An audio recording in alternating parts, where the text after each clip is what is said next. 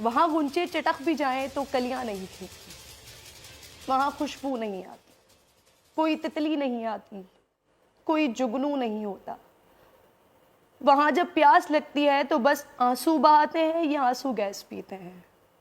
وہاں بادل نہیں، چاروں طرف پتھر برستے ہیں، اور اس بارش میں سب معصوم کشمیری نہاتے ہیں۔ جہنم سے بھی بدتر ہے مگر پھر بھی یہ جنت ہے۔ مگر حوصلہ ہارنا شیوا نہیں ہے مسلمان کا، اس لیے میں کہتی ہوں لہو رنگ لائے گا تیرا اے میرے کشمیر۔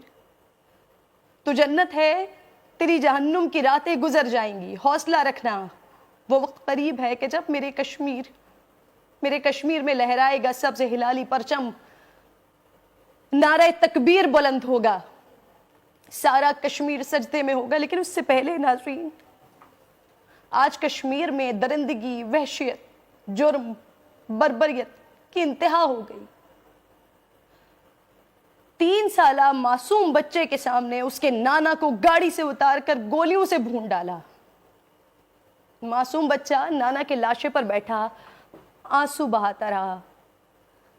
ظالم، جابر، بے حس بھارتی قاتل فوج اس کے نانا کے جزدِ خاکی پر جوتے رکھ کر چلتے رہے، اور وہ بس نانا نانا پکارتا رہا۔ شیطان کے چیلوں نے 3 سالہ معصوم بچے کو گرفتار کر لیا۔ وہ روتا رہا، اسے چھوڑ دو، اسے جانے دو، اسے مما کے پاس جانا ہے۔ مگر بے حس، بے ضمیر لوگ اس معصوم کو بختر بند گاڑی میں بٹھا کر لے گئے۔ اللہ اللہ، یہ آسمان پھٹ کیوں نہیں جاتا؟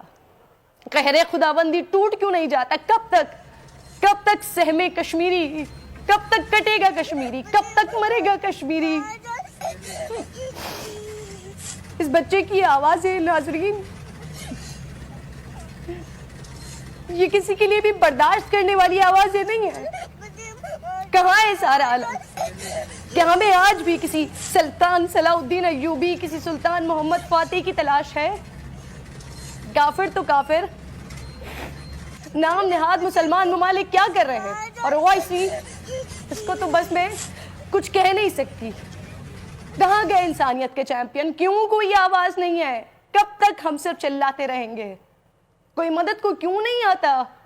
آج سے کچھ دن پہلے ایک اور ویڈیو، وہ بھی تو میں آپ کو دکھانا چاہتی ہوں، جس میں 2 نوجوانوں کو شہید کر کے بھارتی درندے لاشوں کو گلی میں رکھ کر اس کی بے حرمتی کرتے رہے، اور ایک گھر سے معصوم اسے دیکھ کر باہر رہے تھے، اور بیچارے کرتے بھی کیا؟ اپنی بے بسی پر اللہ سے التجا کر رہے تھے۔ دکھائیے، اسی پر بات کروں گی۔ ساتھ ہی آج پھر لائن آف کنٹرول کی خلاف ورزی کر کے ایک اور پاکستانی کو شہید کر دیا گیا ہے۔ گزشتہ 6 ماہ میں 14 نوجوان شہید ہو چکے ہیں۔ آج میں کچھ نہیں کہنا چاہتی ان درندوں کو، آج میں کوئی بات نہیں کرنا چاہتی اس درندہ مودی کے لیے، لیکن ہم تمام لوگ، ہمارے پاس تو شرمندگی کے علاوہ بھی نہیں۔